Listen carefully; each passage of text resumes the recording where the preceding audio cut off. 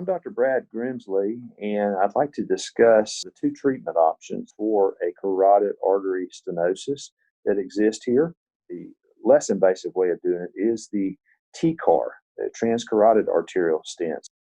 This is the carotid lesion, just about at the jawline, and you can see the incision is going to be down at the base of the neck, usually just above the clavicle, about 1 centimeter. And then as time goes on and this heals, this incision site or this wound actually goes down a little lower below the collar line. As you can see here, this is the site of the sheath insertion in the femoral vein, and this is where the blood's going to be returned. So the blood is taken from the neck and given back into the femoral vein. And here you can see the common carotid artery being exposed at the base of the neck. And this is our sheath that we're going to be working through, being introduced into the common carotid artery. Once this sheath is inserted, an outside of body system is assembled where the blood is taken from the common carotid artery and given back into the femoral vein in the leg. Now, the femoral vein access point is not a cut. There's no incision there. It's a poke into the vein, and a sheath is placed there.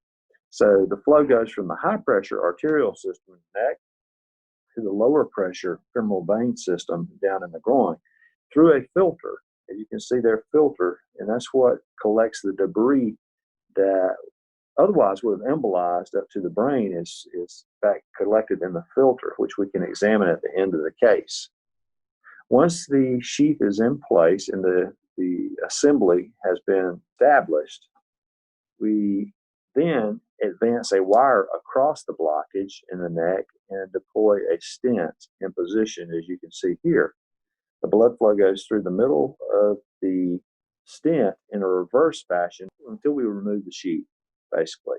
And as you can see, this plaque is plastered up against the wall and the stent is open in the middle. Sometimes we use balloons in addition to the stent to go in and open that area up.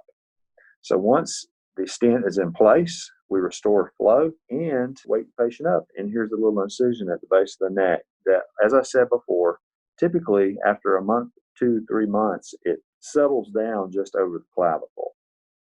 Now, the other way of treating this, carotid endarterectomy, which is an open surgical procedure where the carotid artery is cleaned out. As you can see, the plaque again, right at the jawline, it's creating an incision directly over the carotid artery, and dissection is then carried out down deep into the neck where the common carotid artery is located and the internal carotid artery is located.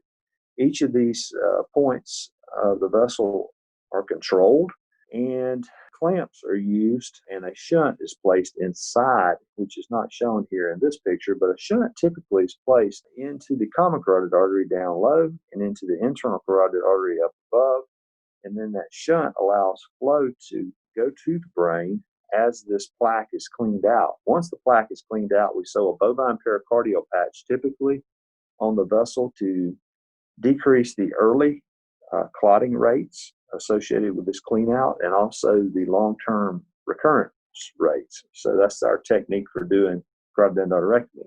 You do end up with a larger scar, about 7 to 8 centimeters versus the 2 to 3 centimeter at the base of the neck.